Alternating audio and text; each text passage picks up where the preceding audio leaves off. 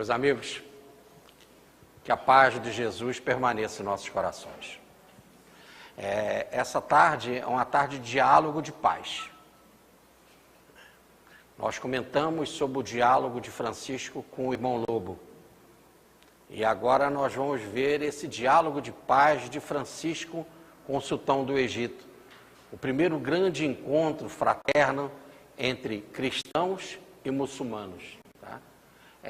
Nós tínhamos revelado que em 1998 o doutor Bezerra deu uma comunicação através do Chico, dizendo que o nosso Francisco esteve lá no Egito, e mais do que esteve no Egito, esteve na Terra Santa pregando, né?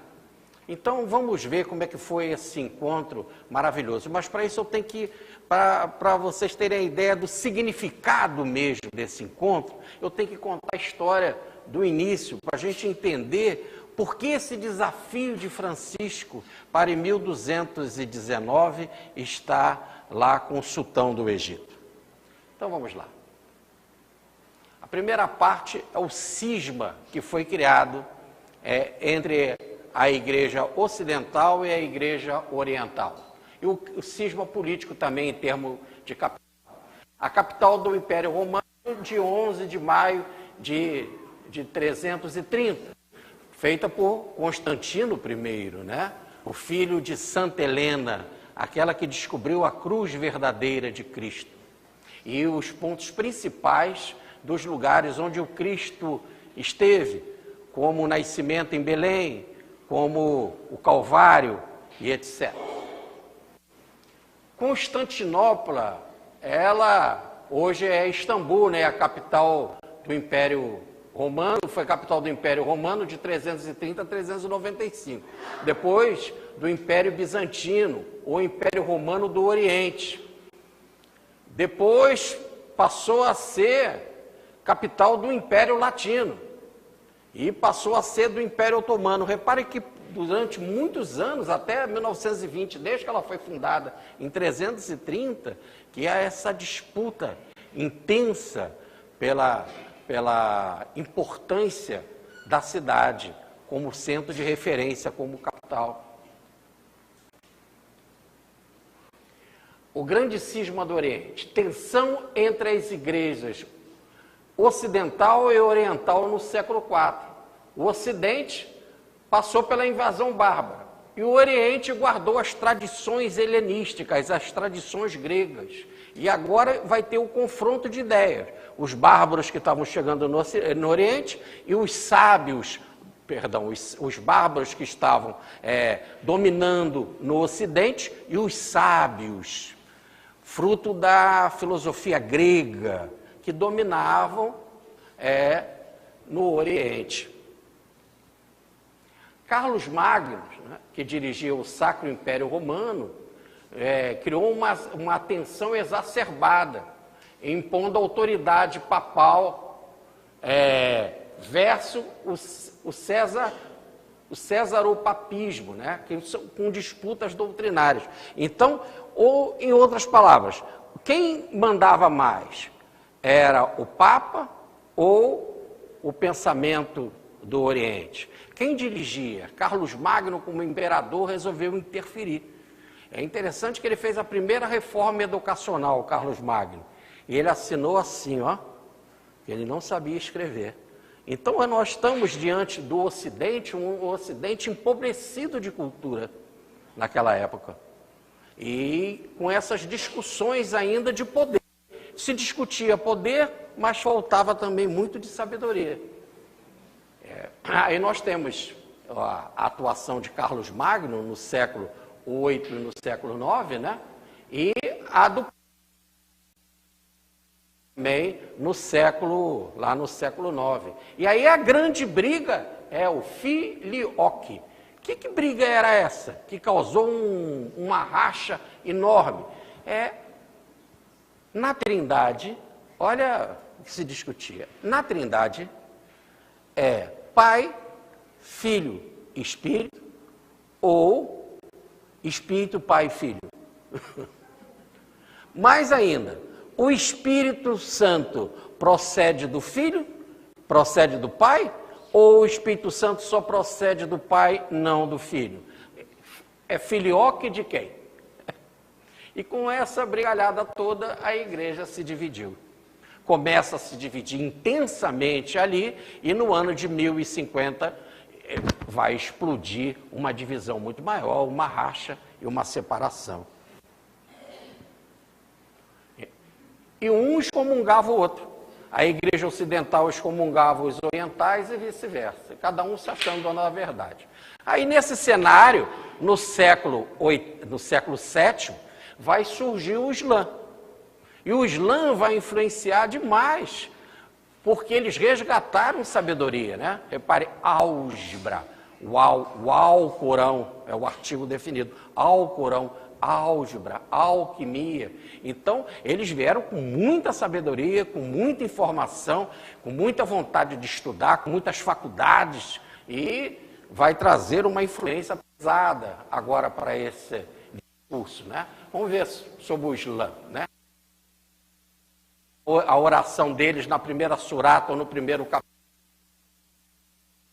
al-Fatira. Em nome de Alá, o clemente e misericordioso.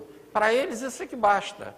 O Deus é o mesmo de cristãos e muçulmanos e judeus, e ele é clemente e misericordioso.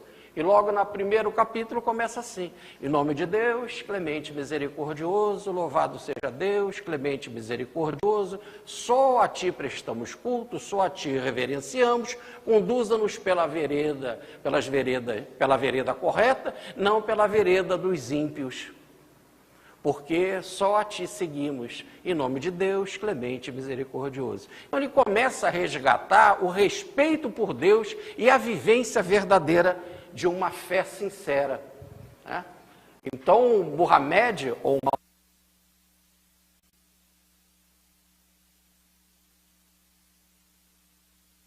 em 632, em Medina. Ele era mercador. Ele foi orar no monte de Meca, no monte Hira, e o anjo Gabriel apareceu para ele. Está aí? Vou ter que começar tudo outra vez?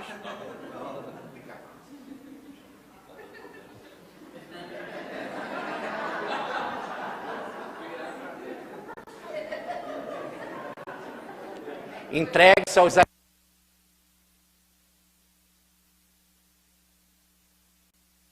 aos técnicos da TV, isso, esses não.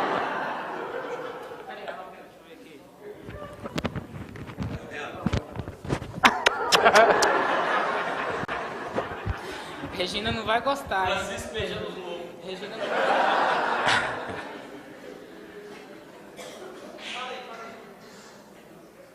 Alô, Meca, Maomé?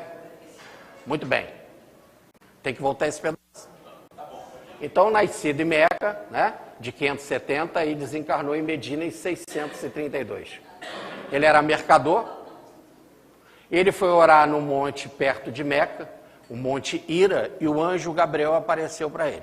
E o que é interessante, que há uma relação, então, muito forte entre cristianismo e muçulmanos. Porque o anjo Gabriel foi o que apareceu para Maria, anunciando o cristianismo, para José, confirmando o nome Jesus, e agora ditando aquilo que estava no coração de Maomé, como canal, como médium, o livro, o Corão. Então nós temos a base das duas religiões numa mesma fonte, né? Ele era considerado profeta, então ele não quis se considerar como Deus, só tem, diz o profeta, Maomé, e não um Deus, como colocaram no caso de Jesus, não que Jesus tivesse feito isso, mas aqueles que atribuíram assim. E ele recebeu o Corão, ou o Corão. Aqui está lá o Monte Hira, né, o local do encontro dele com Gabriel. Muitos habitantes de Meca rejeitaram a mensagem e começa a perseguição. Ali eu já botei aquela coisinha amarelinha ali, porque eu quero mostrar a ele, o Maomé, e eles não admitiam mostrar o rosto de ninguém, para não se cultuar ninguém. Então, por isso, quando a gente entra nas mesquitas, só tem as pinturas maravilhosas de decorações que te elevam. Não tem rosto de ninguém. Então, por respeito, nós tiramos também, porque são pinturas ocidentais, né? Então, em termos de veneração de Maomé, nós tiramos de uma possível veneração. Em 622, teve de abandonar Meca, fazer a sua hégira, ou a sua fuga para Medina, porque os homens faziam muita perseguição a ele, não aceitando a religião dele. E foram lá provocar ele em Medina.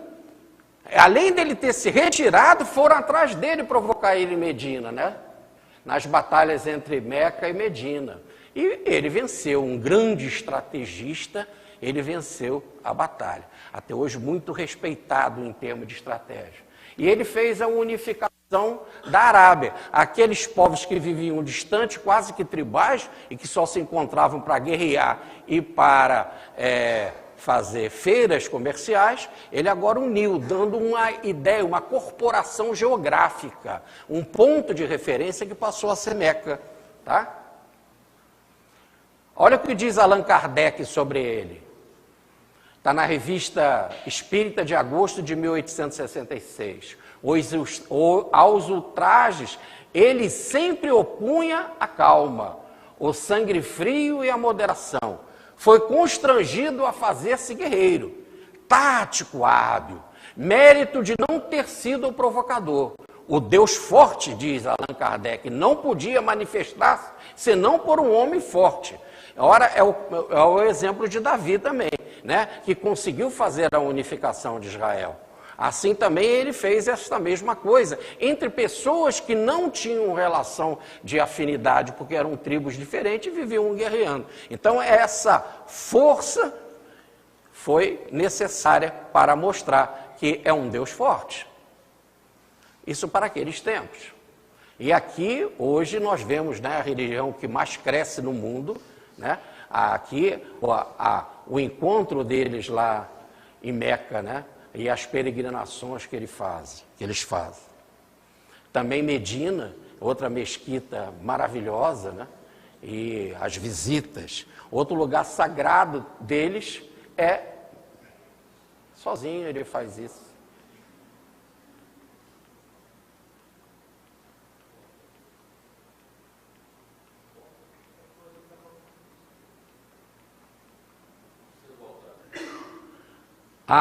E também a cidade de Jerusalém é considerada sagrada porque lá ele teve o seu desdobramento e o seu encontro com o plano divino. Então eles têm muito carinho e por isso toda essa preocupação em ter um centro religioso independente em Jerusalém, para poder abraçar todas as religiões ali envolvidas, judeus, cristãos e muçulmanos. Então são as três referências religiosas dos muçulmanos: Meca, Medina e Jerusalém. A terceira parte eu quero falar então das cruzadas. Como essas cruzadas aconteceram? Foi por causa da expansão do Islã. Como começou a popularizar muita gente começou a seguir o Islã, então precisou de espaço, precisou de terra. O califado de Omar, de 634, logo depois da desencarnação de Maomé, né, conquistou além da Arábia, foi além da Arábia. E no século VII, até o século XII, da Ásia Menor, a Terra Santa, o norte da África e a Espanha. E aí o Ocidente se sentiu invadido. Grande expansão do comércio mundial no mundo inteiro. Aí nós temos um outro lado que foi para os comerciantes extremamente positivo. Se foi preocupante para a religião, para aqueles que queriam dominar espaços religiosos, foi importante para o encontro dos povos e a comercialização. No século XI, o Império Muçulmano toma grandes terras do Império Bizantino. Né? Bizâncio pede socorro, e aí começam as cruzadas. Ó. Em 1073, o imperador pede ajuda do Ocidente, Não teve resposta. Em 1095, Aleixo Comneno, né, faz novo pedido de ajuda. Está aí o Aleixo, aí, ó, pedindo ajuda. O Papa Urbano II monta um plano ambicioso. Ele queria ser senhor de toda a cristandade, inclusive a do Oriente. Eu vou te ajudar, mas eu tenho que ser também senhor aí, né? E ele resolve fazer a Guerra Santa. Quer dizer, nós vamos nos unir, nós vamos chegar por Constantinopla lá na Terra Santa. É lógico que Constantinopla vai acabar caindo depois, era a pretensão, na mão do Ocidente. E nós vamos voltar a dominar a Terra Santa.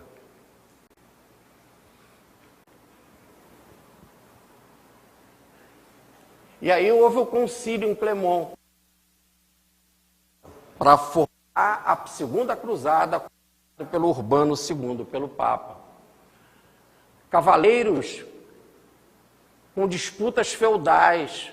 Ele chama também para ajudar os irmãos cristãos a libertar a tumba do Cristo. Então, como havia muitas disputas feudais, muita gente também estava sem domínios de feudo, porque tinham de ser submissos, são os vassalos. E aí que tal eu entrar nas cruzadas e conquistar terras e poder assim também ter o meu feudo, né? Ter o meu domínio. Então o interesse começou a movimentar muita gente. E se poderia fazer isso com a ajuda da igreja, melhor ainda. Os plebeus, né? Lavar as faltas, a penitência, resgatar a dignidade de Cristo. Então o slogan era esse: vocês vão resgatar a dignidade de Cristo. Cristo perdeu, são os inimigos que estão dominando a terra de Cristo.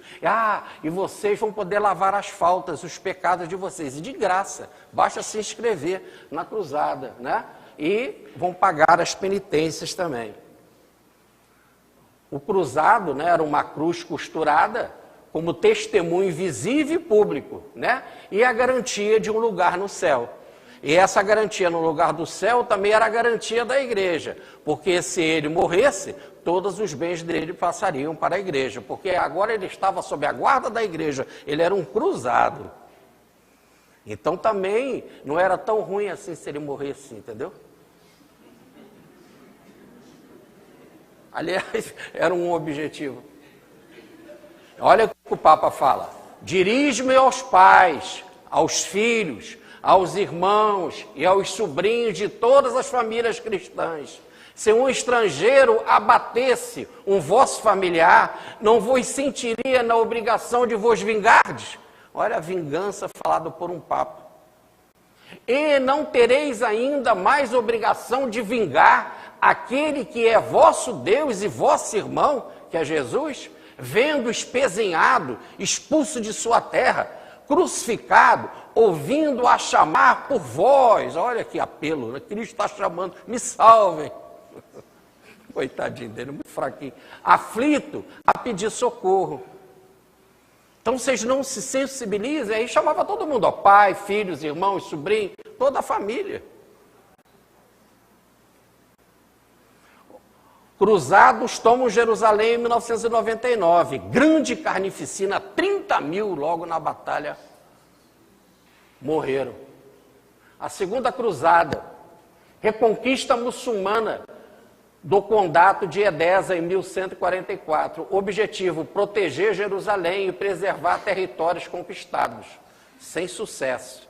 O interesse comercial era maior que a ideologia religiosa. O objetivo mesmo era o comércio. 2 de outubro de 1187, Saladino toma Jerusalém no dia da ascensão de Maomé. Lembra que eu falei daquela comemoração lá em Jerusalém, da ascensão de Maomé? Restauração da mesquita do Rocheto, de Alquizar, lá de Jerusalém. Aquela mesquita bonita que tem lá em Jerusalém, lindíssima. Perto dos muros de Jerusalém. Cruzado: se ele morre, é para o seu bem, diz Bernardo Claraval. Mais tarde será São Bernardo, né? Encarnação do nosso Hermínio Corrêa de Miranda. Diz Bernardo: cruzado, se ele morre, é para o seu bem. Se ele mata, é para Cristo. Matando o malfeitor, ele não se comporta como homicida, mas se ousa dizer umalecida. Então, muito bem. E as coisas estão fervendo, né? A situação está ficando cada vez mais grave.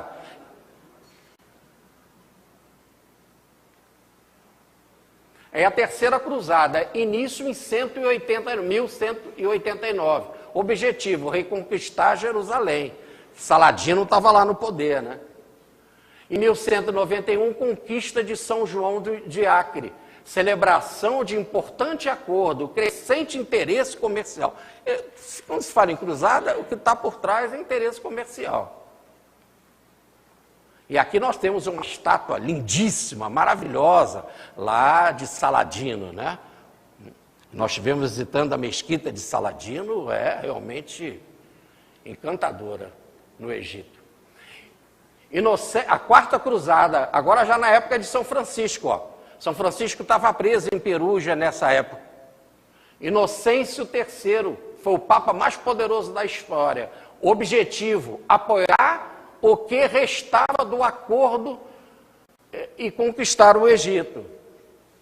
Interesses comerciais de Veneza, feito pelo doge Eurico Dôndolo. E fizeram uma invasão e saque a Constantinopla. Então Constantinopla pediu ajuda, era uma cidade riquíssima, um poder fantástico, né? Com pinturas e esculturas e templos maravilhosos. Quando eles foram para a Terra Santa, o caminho ia passar por Constantinopla. Quando eles viram aquela beleza lá, falaram, o que nós vamos fazer na Terra Santa? Vamos pegar já os bens aqui mesmo. Aí saquearam Constantinopla e foi um inferno, né? E aí surge a Quinta Cruzada, onde que nós vamos ter a presença de Francisco. Inocêncio III, no quarto concílio de Latrão, em 1215, anotem essa informação, São Francisco participou desse concílio. Um ano depois, o Papa Inocêncio vai desencarnar, em 1216. Nova mentalidade, capitalismo moderno, o dinar valia o dólar de hoje, né? E sempre essa coisa do comércio que está por trás. E quem vai dirigir a Quinta Cruzada é Pelágio Galvani de Albano, o cardeal. Já estávamos agora no papado de Honório III, porque um ano depois, como eu falei, desencarna Inocêncio III. Foi esse o Papa Honório III que autorizou Francisco o perdão da porciúncula, por um dia, porque os outros 364 dias tinha de lutar lá na cruzada. Retomar Jerusalém, tomada do Egito. A cruzada foi de 1217 até 1221, período então de Honório também, bem claro, né? É nesse período que Francisco vai fazer a sua viagem. O acordo então foi celebrado em 1219. Olha que acordo que queriam celebrar. Olha que bacana. No ano que Francisco vai lá, Jerusalém seria entregue aos cruzados. Restituição da cruz verdadeira que Santa Helena descobriu, que é a cruz do Cristo. Mas o cardeal Pelágio Galvani de Albano recusou, porque não queria só Jerusalém, queria muito mais. O problema é de poder, não é de Cristo, ficou claro? Porque se fosse para resgatar as coisas do Cristo, aceitaria Jerusalém. Mas não, é que havia interesses mais e comerciais. E quando ele recusou, houve a batalha. E em 1221 foi derrotado. E as cruzadas vão continuar, a sétima e tal, até a sétima. A quarta parte. Vamos entender o que é jihad e o que é guerra santa, para a gente ver o porquê que Francisco estava lá. Jihad. É permitido o combate aos que são combatidos, porque sofreram injustiça, e por certo Alá, sobre seu socorro é onipotente. Corão 22, versículo 39. Olha que interessante. Se você é combatido, aí você pode se defender. No livro Brasil, Coração do Mundo, Pátria do Evangelho, o Senhor fala assim para Pedro II: não invada a terra de ninguém, se por acaso nós formos invadidos, violando o nosso Brasil, eu saberei dar a resposta. A hora é a mesma coisa que está sendo dito, tá certo? Aí é diferente, mas ele invadiu as terras do outro, Pedro II, e ali, nesse momento, a sua missão não foi cumprida com galhardia, né? Guerra Santa, o que significa? Matar o sarraceno era ser herói de Cristo. Morrer nas mãos dos sarracenos era ser martirizado por Cristo. Então você escolhe, né? Você quer matar para ser herói do Cristo ou você quer morrer para ser um mártir de Cristo? Só tem uma opção: participar da cruzada. A quinta parte, agora vamos para o encontro de paz. Agora vocês vão ver que depois desses anos todos, a situação era tal que precisava de uma força ímpar. Aquilo que nós costumamos dizer do tal do perdão, que é aquele flecha-eclair, para unir aquilo que é insolúvel, que é inviável. Então precisava de alguém muito forte. Diz Mahatma Gandhi: o homem, quando atinge a plenitude do amor, neutraliza o ódio de milhares. E alguém com uma plenitude de amor como São Francisco poderia neutralizar esse ódio. Ele parte, então, com muita determinação. Mas isso já era um projeto dele de há muito. Vamos acompanhar isso. Vamos primeiro a uma pequena biografia. Nasceu em 1182, em Assis, e era considerado o príncipe da juventude. Vivia muito bem, muito rico, né? Em 1202, em novembro, na guerra da comuna de Assis versus Perugia, é preso por um ano. E ele é resgatado e sofre uma longa doença, pegou malária aí nessa prisão. Em 1205, início do sonho, visão do castelo e das armas. Ideal de cavaleiro, resolveu seguir o nobre gentil e ir para uma outra guerra, para ter o título de cavaleiro. E aí ele teve um sonho de Spoleto. Então, diz o Senhor para ele em sonho: por que busca o servo em lugar do Senhor? Volta a Assis e lá será dito o que você deve fazer. Aí ele ele dá um beijo no leproso, né? O crucificado em São Damião, né? O crucifixo em São Damião pede para ele o crucificado, isso, o Cristo crucificado em São Damião pede para ele restaurar a igreja, né? E aí ele passa pela nudez na praça de Assis e o bispo Guido II coloca o manto da igreja, ele passa a ficar sob a proteção da igreja. Em 1208, em fevereiro, ele passa a ser um hábil eremita, depois que ele escutou a mensagem na Porciúncula de ir pelo mundo, descalço, pregando, não precisando levar dinheiro, vestido de roupa simples, etc. Em 1209, né, ele passa, juntamente com irmãos, a seguir a pobreza, a castidade e a obediência. Ele tem a regra de vida autorizada pelo Papa Inocêncio III. Em 1219, tem um encontro com Alcamil no Egito. Em 1221, a regra dele não é aceita. Aí ele faz uma outra regra mais flexível. Em 1223, a regra é bulada. Ou melhor, a regra dele é aceita pela igreja. Em 1224, ele recebe as estigmas no Monte Alverne. E em 1226, no dia 3 de outubro, ele tem um encontro com a irmã Morte. Primeira tentativa de pregar os sarracenos. Olha que ele vai ter um encontro com Alcamil em 1219, mas já em 1211 ele tinha esse sonho. E ele parte para esse ideal. No 6º ano de sua conversão, inflamado em veemente anseio do santo martírio, quis navegar para a região da Síria, para pregar a fé cristã e a penitência aos sarracenos e outros infiéis. Tomou um navio que ia para lá, mas sopravam ventos contrários e foi parar com outros navegantes na Eslovênia. Eu trouxe o mapa. Repare que o plano espiritual, o alto, aquilo que ele dizia, que a gente tem que ter fé e confiança no alto, o alto interviu. Ainda não está chegada a hora. Se o homem não atinge a plenitude do amor, fica difícil neutralizar o ódio dos milhares, né? Você tem que ir com mais espírito de amor. Aí ele fez uma segunda tentativa, 2 anos depois, ó.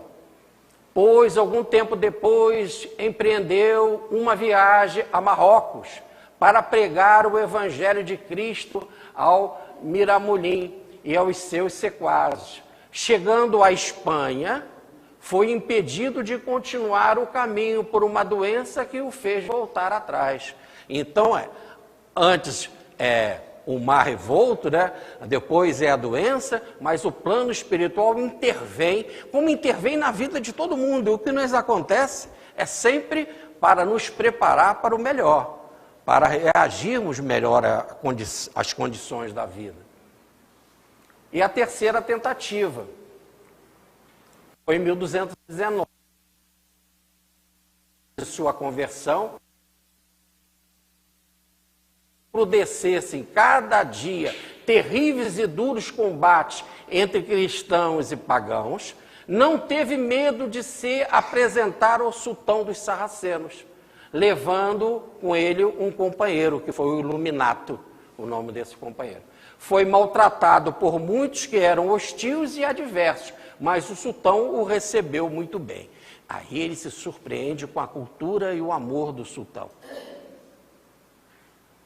E aí nós vamos ver muito bem que acaba Francisco também sendo convertido, né? Houve uma conversão mútua. Muito bonito, nós vamos ver isso. E Francisco então chega em Damieta para fazer essa negociação. Ali os cristãos estavam cercando para invadir e tomar a cidade, para ver se conseguiu, né? Foi estabelecido um encontro de paz, se prometeu que ia doar Jerusalém para eles, mas o cardeal não aceitou, então vamos para a batalha. E a batalha iria acontecer ali no cerco de Damieta. Preparativos para o encontro com Alcamil. Ouvindo dizer que os nossos, quer dizer, os cristãos, estavam se preparando para o dia da batalha, o santo ficou muito triste. Disse a seu companheiro, ao Iluminato: o Senhor me revelou que, se houver um combate nesse dia, os cristãos não vão sair-se bem. Mas se eu disser isso, vão achar que eu sou louco. Mas quem fala com lobo é louco mesmo. Mas vão achar que eu sou louco. Se me calar, minha consciência não vai ficar em paz. Então, ou me chamam de louco, ou eu não fico em paz. Eu tenho que tomar a decisão. E ele vai tomar a decisão para ficar em paz, tá?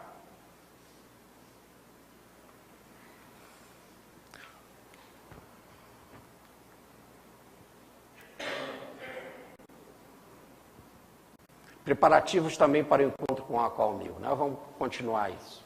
O santo foi correndo dar bons conselhos aos cristãos, dizendo que não deveriam ir à guerra e avisando que haveriam de fracassar.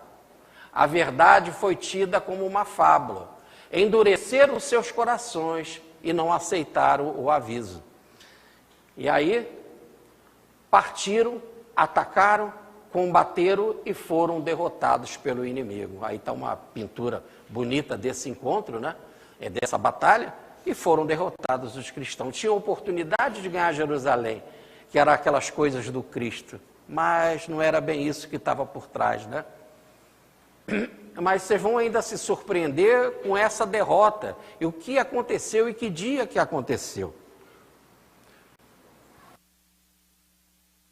Dia 29 de agosto foi essa batalha de 1219. Atiraram-se numa massa desordenada, debandaram, um pânico generalizado. É o que diz o clássico livro maravilhoso, O Reino de Acre e as Últimas Batalhas. São 3 volumes.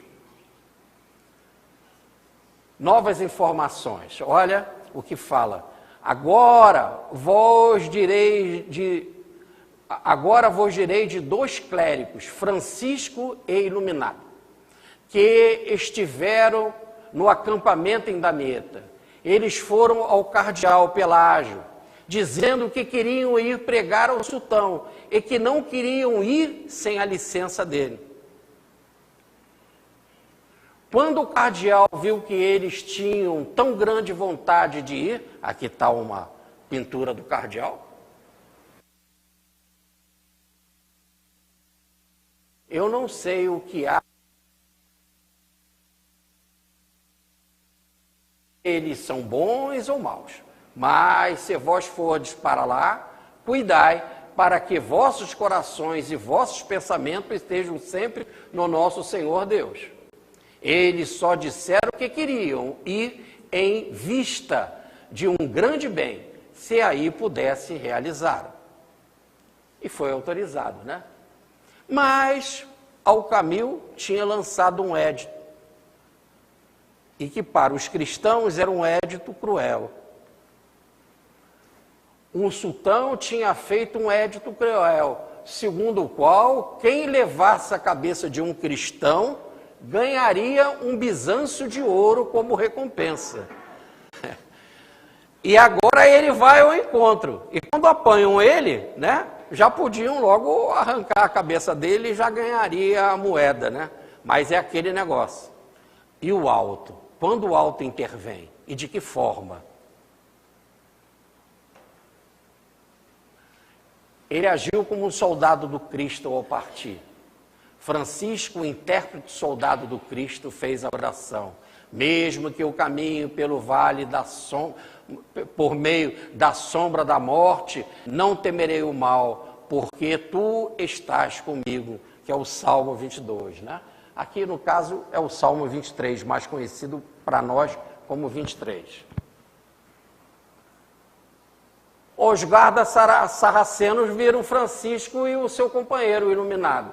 Quando os sarracenos que faziam a sentinela do exército deles os viram chegar, pressupuseram que eles vinham como um mensageiro ou para renunciar à fé. Porque eles vinham gritando assim, sultão, sultão, sultão, que eles não entendiam a língua, então eles gritavam, sultão, sultão, porque eles queriam falar com o sultão. Então eles interpretaram, tem duas coisas, ou eles vêm aqui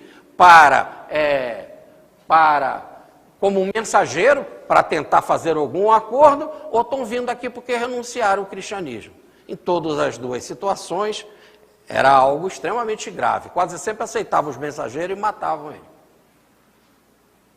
Quando eles chegaram diante do sultão, eles o soldaram. O sultão, saudando-os também. E qual foi a saudação? Foi a que Jesus recomendou, está lá em João capítulo 20, versículo 21. Paz seja convosco. O Senhor também revelou a Francisco fazer a mesma coisa.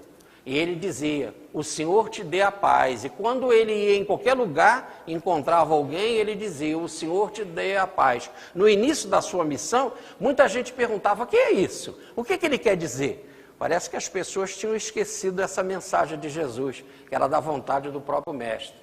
Mas olha o que vai acontecer. Quando ele chega lá, o Alcamil recebe ele com Assalam Aleikum, que quer dizer, a paz seja convosco. Então, repare que a ordem de Jesus, a mensagem que Francisco recebeu e o que o Alcamil falou, é tudo igual, era a mensagem de paz, de amor. Aí é a primeira missão, é a primeira surpresa de São Francisco nesse encontro. Eu queria lembrar aqui, eu pensei que tivesse ali a informação, que aquele massacre que os cristãos morreram, ou foram perseguidos e saíram correndo na Batalha de Damieto, aconteceu, como está ali, no dia 29 de agosto. 29 de agosto é o dia que São João Batista é degolado. E isso deixou o cardeal extremamente perplexo, né? Eles perderam a batalha no dia que São João foi degolado. E aí isso causou uma impressão enorme no exército. São aqueles mesmo que voltam diante do absurdo que fizeram, não é? Para voltar e refletir, pensar a porta dentro da alma, que continue mesmo, a história se repete porque os homens são os mesmos. A história se repete porque os homens são os mesmos. E aí também veio a mensagem, em nome do Deus Altíssimo. Quando o príncipe perguntou por quem tinham sido mandados, para quê e como tinham chegado, Francisco, servo do Cristo, respondeu, de coração intérprete, que não tinha sido enviado por nenhum homem, mas pelo Deus Altíssimo. Então eu estou ali em nome de Deus, nem em nome nem do exército cristão, nem do movimento cristão, apesar dele ser cristão. Tá certo? Deus é grande, Alá Akbar, dizem os muçulmanos, né? Sede exaltado, meu Senhor Altíssimo. Então o Al-Kamil disse essa mesma verdade para ele. Mais uma vez houve um encontro de paz. E aí ele propõe, houve uma proposta, né, um teste feito pelo Al-Kamil para provar a fé e a devoção de Francisco. Mandou que se estendesse diante de si um belo tapete, quase totalmente decorado com os sinais da cruz, e disse aos seus correligionários, né, os da sua corte, que se chame agora este homem que parece ser um verdadeiro cristão, e se, vindo a mim, ele pisar sobre os sinais da cruz no tapete, dir-lhe-emos que injuriou ao seu Senhor. Se, porém, não quiser atravessar, dir-lhe-ei porque desdém aproximar-se de mim. Então botaram um tapete e ele tinha, ou pisava na cruz, para o Al-Kamil e a corte dele estavam renunciando a Jesus. Ou, se ele não quisesse pisar na cruz, não queria se aproximar de Al-Kamil, também não queria paz. Como resolver essa situação? O teste continua. E chamando Francisco, né, o homem de Deus, e bem instruído a partir desta mesma plenitude, tanto no agir quanto no responder, ele, atravessando o tapete, ou melhor, pisando na cruz, aproximou-se livremente até o sultão. Então o sultão, julgando o motivo pelo qual repreenderia ao homem de Deus, como se tivesse injuriado ao Cristo Senhor, disse, aqui eu quero dizer que os muçulmanos têm um grande respeito, um amor imenso por Jesus. Eles só não têm Jesus por Deus. Eles acreditam que Jesus nasceu da Virgem, eles botam Maria lá em cima, isso tudo em citação do Corão. São dezenas de citações de pessoas ligadas ao cristianismo no Corão. Tá? Inclusive aceitam um corpo fluídico, o corpo docetista do Cristo. Tá bem? Então, o Al-Kamil disse, né? Vós, cristãos, adorais a cruz como especial sinal de Deus. Então, por que não hesitastes em calcar com os pés os sinais da cruz? Aí Francisco vai responder. Respondendo, disse bem o aventurado Francisco, deveis saber que com nosso Senhor Jesus Cristo foram crucificados 2 ladrões. Nós temos a verdadeira cruz de nosso Senhor e Salvador Jesus Cristo, e a adoramos e a abraçamos com toda a devoção. Logo, tendo sido dado a nós a Santa Cruz do Senhor, foram deixados a vós as cruzes dos ladrões.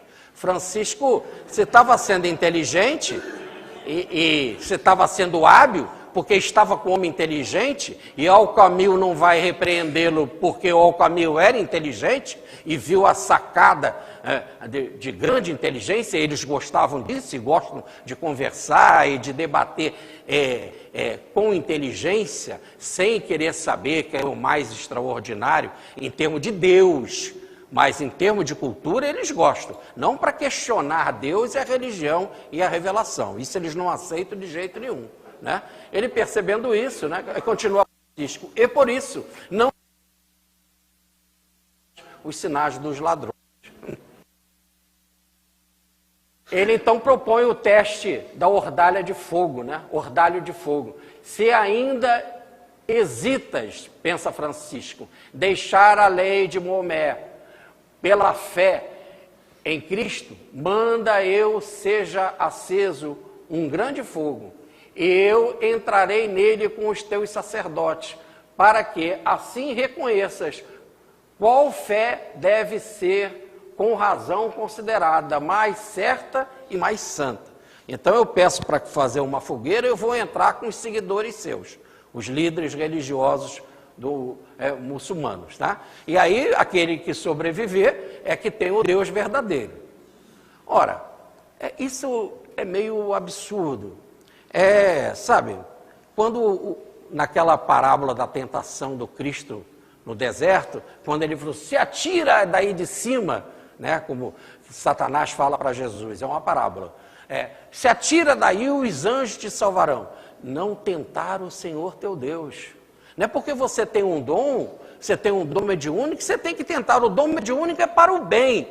O dom mediúnico é para a construção. Não é para ver quem é o mais poderoso, para que se vai alegar vaidade. O Deus mais poderoso. Como Deus manda ser humilde, Ele mesmo é humilde. Aliás, em toda a obra linda da criação, né, em toda a obra não está assinado eu, Deus.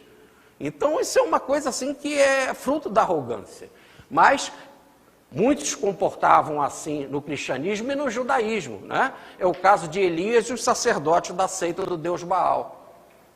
Disse-lhes o sultão, não creio que algum dos meus sacerdotes queiram expor-se ao fogo para defender sua fé, ou padecer alguma espécie de tormento. Não creio, porque se eles entrarem aí, vão padecer tormento, e isso não é defender a nossa fé, porque a nossa fé também não admite isso. De fato, ele vira um dos seus presbíteros, homem autêntico e ancião. Tendo ouvido isso, imediatamente fugiu da presença deles. Então veja, o que fala a biografia de São Francisco. Olhe bem, aqui nós temos a legenda maior de São Boaventura. Foi ministro da ordem, né? Que entre os muçulmanos havia um presbítero, um mais velho religioso, um homem autêntico, ancião, né, que tendo ouvido essa possibilidade do ordalho, saiu até de perto, como se estivesse dizendo, e não é que ele esteja fugindo, não é coisa para se fazer, por isso que ele é mais sábio. E é interessante que eu disse para vocês, guarde que Francisco esteve no 4º concílio de Latrão em 1215, um ano antes de Inocêncio III. De Latrão também proibia. Então o próprio Francisco, é muito interessante, estava nesse ponto desantenado. Estava com tanta vontade de realizar a paz, que estava fugindo dos limites nesse ponto. E aí vocês falam assim, puxa, mas como é que fica isso que você está falando de São Francisco, o nosso mentor? Nosso mentor é Jesus Cristo, tá certo? Nosso mentor é Jesus Cristo. Em Jesus Cristo é que nós temos toda a nossa fé. Os outros todos são canais. O único que seguiu em reta, Emmanuel, o Consolador, pergunta 243, é Jesus. Todos os outros caíram. E quando Alcamil e outros cometeram alguns desacertos, Francisco também. Não é que seja erro, mas está botando demais a fé, em nome da fé, estava exteriorizando demais o poder do homem e não as coisas de Deus. Disse-lhe o santo homem, ou São Francisco, entrarei sozinho no fogo, se queres prometer-me, por ti e por teu povo, que vos convertereis a Cristo, se eu for queimado, seja imputado aos meus pecados, mas se a divina providência me proteger, reconhecereis o Cristo. E o sultão respondeu que não ousava fazer esta opção, porque temia uma revolta do povo, né? Imagina, ele poderia se converter, mas os outros quereriam? E isso é atitude? Então, o que houve foi um diálogo de ponderação de todas as tentativas possíveis. E aí o que Francisco está se surpreendendo? Como aqueles que estudam o Corão pensavam e agiam. Agora ele vai fazer também uma grande reflexão e vai fazer alguma conversão com relação a isso. Vamos acompanhar. Aí está uma pintura de Giotto, Francisco indicando esse ordalho de fogo, né? Mas eu trouxe aqui uma informação para vocês. Aqui está o nome, né, vamos falar só da aperopatia. Aqui tem os vários nomes que é usado nas pesquisas paranormais para quem passa no fogo. Algo que é muito tradicional aqui no Brasil. Passar no fogo e não ser queimado, né?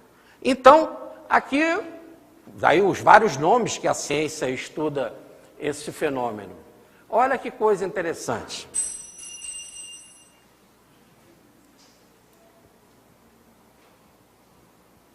Um exemplo, a 11ª Festa do Fogo Sagrado, que aconteceu no dia 5 de outubro de 1969, em Diadema, São Paulo. Olha essa informação, a 11ª Festa do Fogo Sagrado. Então, é algo muito antigo. E o que acontece nessa Festa do Fogo Sagrado? Por exemplo, nesse dia do ano de 69, mais de 3.000 pessoas descalças, aí está a foto, que saiu no jornal, mais de 3.000 pessoas descalças passaram sem o menor dano corporal, ou mesmo emocional, pelas esteiras de brasa viva. Isso foi publicado no estado de São Paulo no dia 7 de outubro daquele ano. Olha, se 3.000 passarem e não queimaram os pés, e nós já estamos na 11ª festa, isso não era, podemos dizer, um acordo verdadeiro para mexer na fé de alguém. Tanto na de São Francisco, para se ele fosse queimado ser considerado um pecador, nem se ele não fosse considerado desmerecer os muçulmanos diante de tantas coisas boas que os muçulmanos trazem para a humanidade. Vê teste de fogo também do médium Daniel Douglas Home na pesquisa por William Crook e Stanley Mose. Também foi feito um teste de argumentação. Quem argumenta melhor? Se vós quiserdes ouvir-nos e escutar-nos, nós vos mostraremos com certa argumentação, diante dos mais sábios de vossa terra, se vós os mandardes chamar que vossa lei é falsa. Francisco agora quer um encontro para argumentar quem tem a fé verdadeira, quem tem um conhecimento verdadeiro. Se nós não pudermos mostrar-lhe por correta argumentação que é verdadeiro o que vos dissemos, que vossa lei é falsa, mandai cortar-nos a cabeça. Não, imagina, se há uma argumentação, os muçulmanos acham que não perderam, nós íamos perder São Francisco, não íamos ter as marcas dos pés de São Francisco, eram tantos conhecimentos que nós não íamos ter, porque a sua cabeça seria degolada. E isso não é motivo.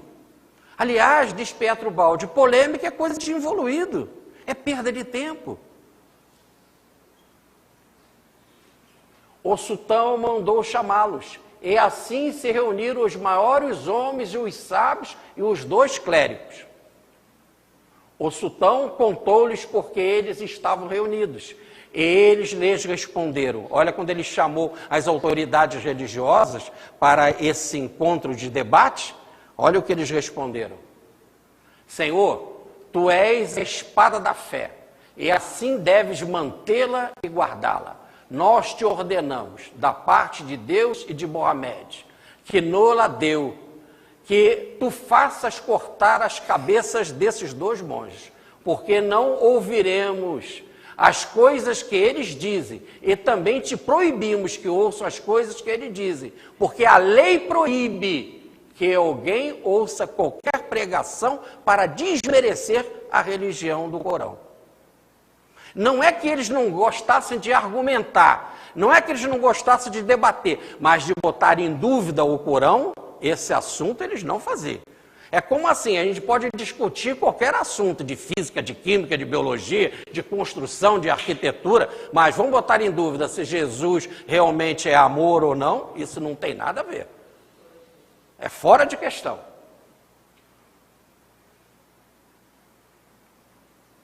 Então, pediram licença, olha a educação, saíram e não quiseram ouvir nada que ofendesse o Corão.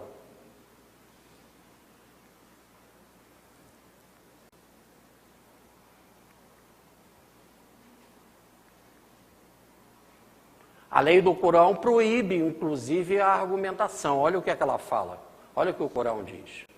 E não disputeis com os adeptos dos livros. Ah lá, não é para disputar com judeus e cristãos, que tem o Antigo Testamento e o Novo Testamento, senão da mais pacífica maneira possível, mas combatei tão somente os ímpios dentre eles.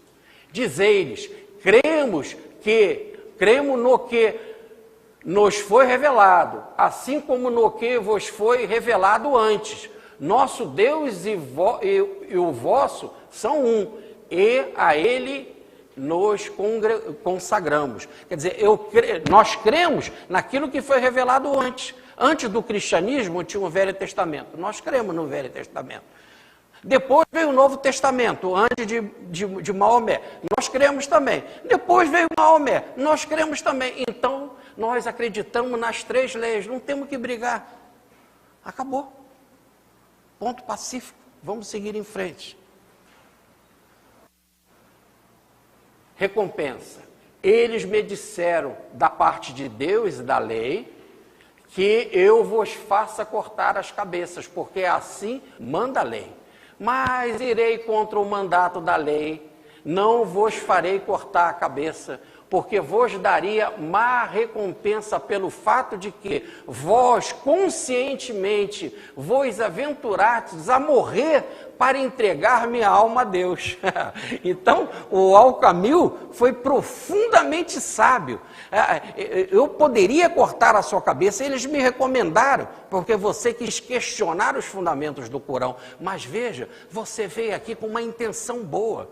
E eu sei que você tem uma intenção boa, você quer levar minha alma a Deus. Só que buscou alguns caminhos que não são os caminhos recomendáveis, né? Frei Francisco, eu me converteria de boa vontade à fé de Cristo, diz Alcamil. Mas temo fazê-lo agora, pois se esses aqui o ouvissem, matariam a ti e a mim, com todos os teus companheiros, mas como ainda podes fazer muito bem, e eu tenho que despachar certas coisas de peso muito grande, não quero provocar a minha morte nem a tua. Então vamos seguir em paz, mas ele está começando a haver um relacionamento de amor. A historicidade dos fatos no mundo árabe, olha lá. Um autor árabe do século XV, está aí o seu nome, atesta com efeito indiretamente a estada de Francisco pela mediação de Faqih el-Din Farisi, místico fluente na corte do sultão, que foi aquele velho sábio que quis sair de perto do negócio do fogo. Nem quero participar disso, e saiu.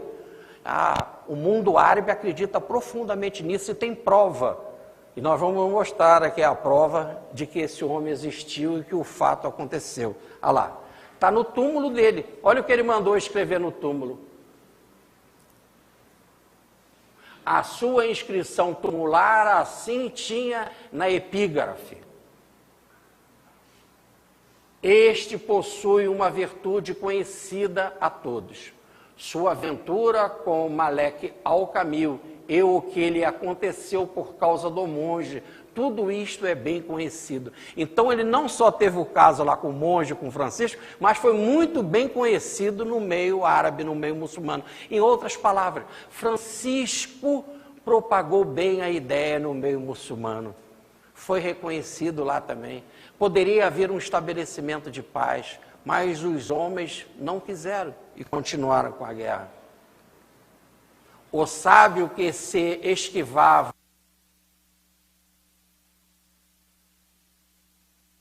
está assim identificado.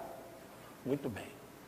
A sexta parte, missão na Terra Santa. Lembra que o doutor Bezerra disse que ele fez uma missão na Terra Santa? Terra Santa é aí nas terras de Jesus. Ele não podia ir lá sem autorização do Alcamil. O Alcamil vai dar essa autorização para ele, que ele vai ver que ele é um homem bom e que ele podia pregar até nas terras onde estavam os muçulmanos. Olha lá. O Evangelho da Verdade. E pregou diante do referido sultão, sobre o Deus Trino e Uno, e sobre Jesus Cristo, Salvador de todos, com tanta constância de mente, tanta virtude de ânimo e tanto fervor de espírito, que se podia ver que estava claramente completo nele aquele passo do Evangelho. Eu vos darei boca e sabedoria, e que não poderão resistir nem contradizer todos os vossos adversários. E aí, mais uma vez, a pregação, né? Autorização para pregar. O sultão vai dar autorização. Você pode ir pelas terras, as terras santas, e pregar. Nós fizemos isso, eu estava com o Crispim lá no Calvário, na igreja do São Sepulcro, e quem fica tomando conta da igreja do São Sepulcro e ali do sepulcro são monges da igreja ortodoxa. E na sala ao lado tinham vários franciscanos. E até hoje, nesses lugares santos, a Igreja Católica é representada pelos franciscanos. E ele estava lá numa sala à parte, não estava ali cuidando diretamente da administração do Santo Sepulcro. Estava mais afastado. Nós visitamos o Santo Sepulcro e fomos sentar na salinha aí junto com os frades. E tentamos, na medida do possível, estabelecer uma conversa. E peguei lá um daqueles que era espanhol e perguntei para eles se era verdade que Francisco esteve lá pregando. Ele disse sim, e é por isso que nós estamos aqui, para estabelecer uma continuidade normal da presença de Francisco aqui. Ora, e por que isso aconteceu? Por causa de Alcameu. Uma enorme devoção, tanto pela constância de sua fé, como pelo desprezo do mundo que nele via, pois não queria receber dele nenhum presente, e mesmo pelo desejo de martírio que nele via. Então, como viu que ele não se interessava por bens materiais, e ele notou que aquela guerra era por interesses materiais, ele viu que Francisco era honesto, entre outras coisas, né? Pela sua fé, pela sua vontade de desprendimento, etc. Daí em diante, o sultão o escutava de boa mente e pediu que voltasse muitas vezes a ele, concedendo livremente a ele e aos companheiros que pudessem pregar onde quer que eles aprovessem. Porque depois chegou outros companheiros lá para esse encontro. Eles deu um sinal, uma bandeirinha, para que não pudessem ser ofendidos por ninguém. Então, se um muçulmano visse um cristão, ele ia prender e proibir dele pregar. Aí ele fazia assim, mostrava a bandeirinha, essa bandeirinha tinha a marca do sultão, ele podia passar, ter livre acesso.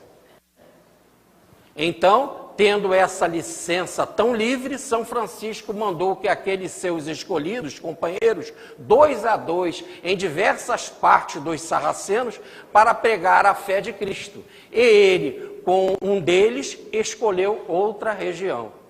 Escolheu uma região. Né? Agora vamos ver as conversões, como que elas aconteceram. Conversões no campo das ideias. A admiração do sultão, né? O sultão, porém, recebeu com grande honra. Ele lhes ofereceu muitos e preciosos presentes.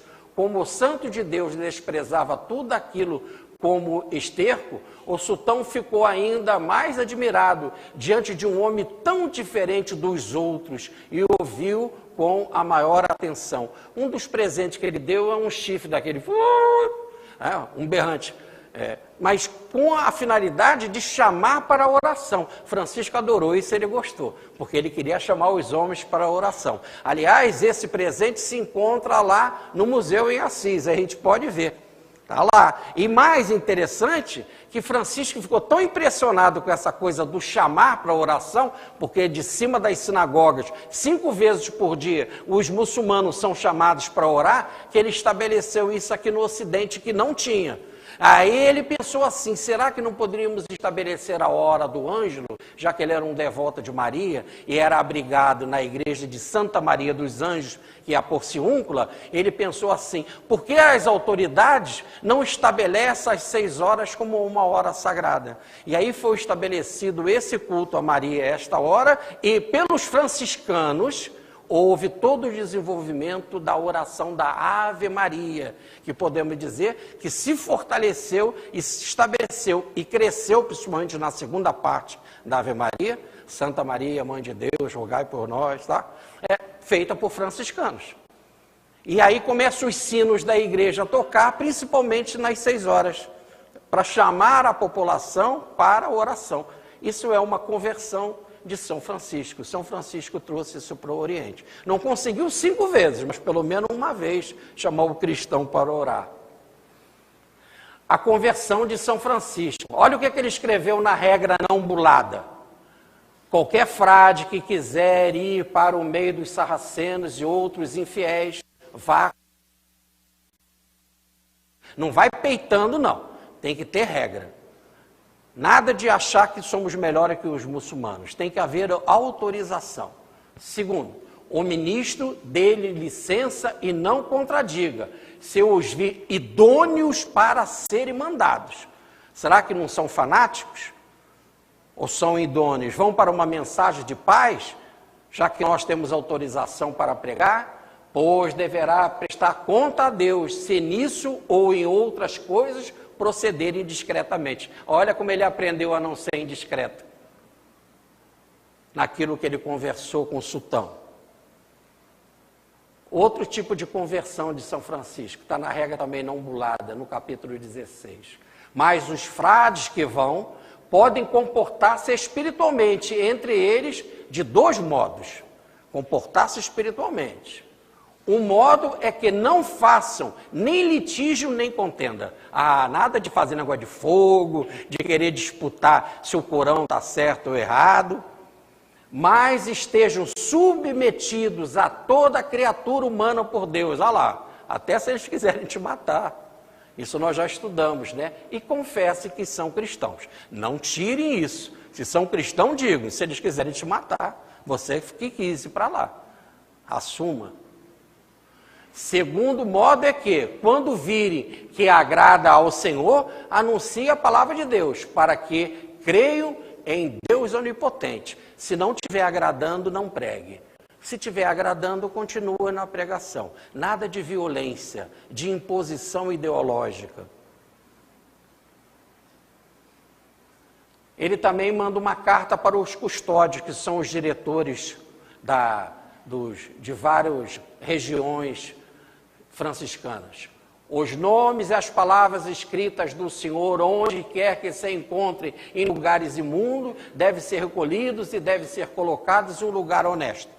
Porque ele viu isso, como os muçulmanos têm carinho e respeito pelo Corão, e tem um Corão sagrado. Então, se tiver alguma coisa cristã, principalmente os escritos do Evangelho, caídos em algum lugar, ou em algum lugar imundo, deve ser recolhido e guardado. Quer dizer, ele começa também a botar um respeito na Bíblia. Coisa que não tinha naquela época. Mas também o povo não tinha relação com a Bíblia. Normalmente era tudo em latim, e eles não sabiam ler. E além de não saber ler, estava numa língua que era estranha. Conversão de São Francisco, no cântico do Frei Sol, que nós acabamos de estudar. Altíssimo, onipotente e bom Senhor, teus são o louvor, a glória, a honra e toda a bênção. Só a ti, Altíssimo, são devido, e homem algum é digno de te mencionar. É assim que começa também com a mesma ideia o Corão. Então ele resgatou essa ideia. Afinal, o Cântico de São Francisco é de 1225 e ele visitou os muçulmanos em 1219, 6 anos antes.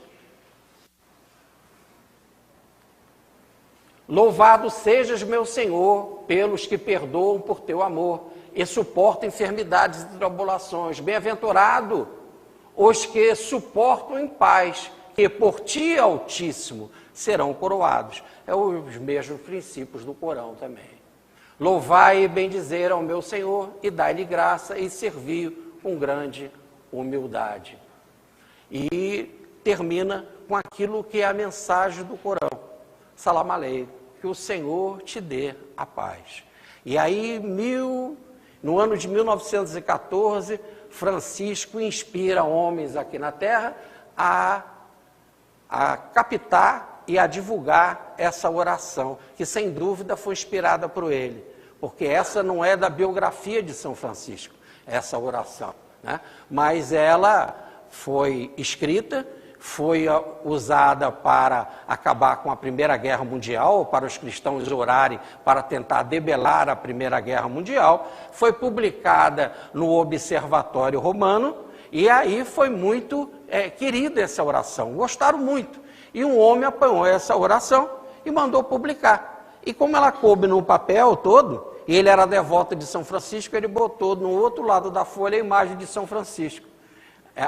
E aí então entenderam que essa oração era de São Francisco, mas não era.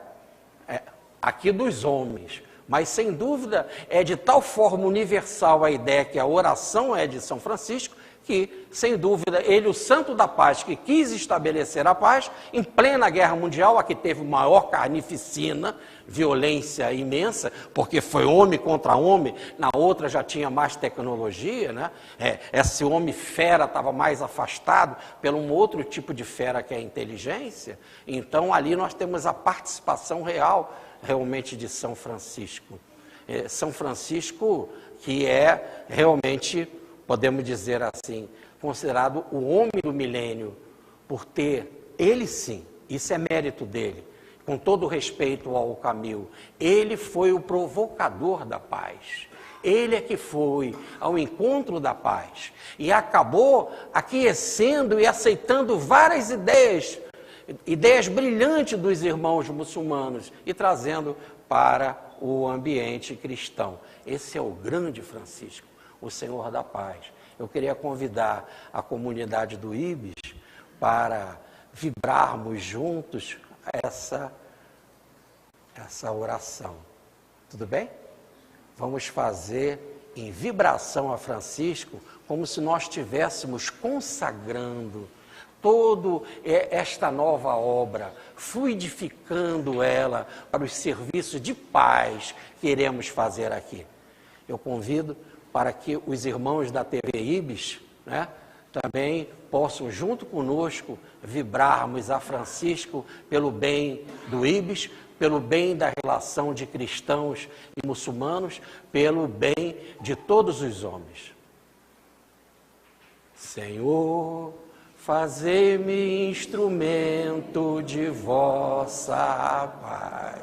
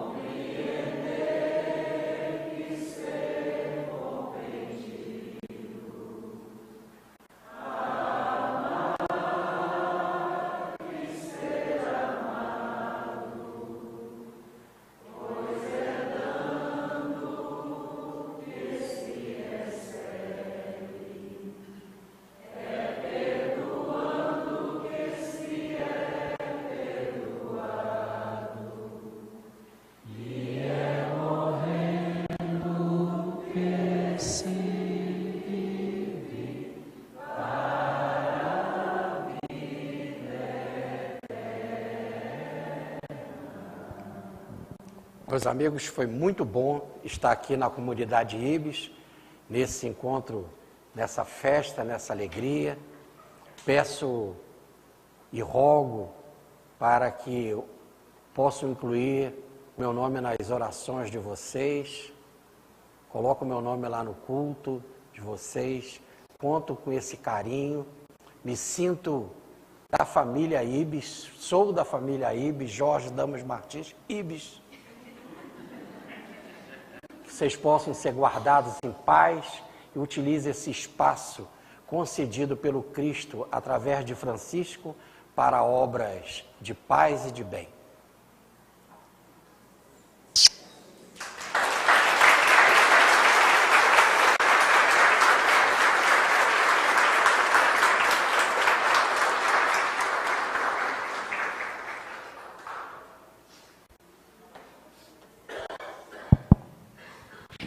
Amigos da TV Ibis, nós encerramos aqui. Queremos agradecer a participação de todos, agradecer profundamente ao Jorge por tudo aquilo que nos deu, por tudo aquilo que nos trouxe. Agradecer a presença de todos. Esse dia fica marcado na nossa alma como um novo início de toda a nossa obra, de todo o nosso trabalho que estamos iniciando, né? Brasília, Goiânia, Itaberaí, para um trabalho muito mais amplo que vem aí. Eu acredito que nós vamos centuplicar aquilo que estamos iniciando, para que o trabalho realmente possa ter significação em relação a tudo que temos recebido, e temos recebido muito. Obrigado a todos, e agora nós vamos ter uma confraternização, que possamos participar com alegria e, sobretudo, né, com carinho um com o outro. Vamos lá.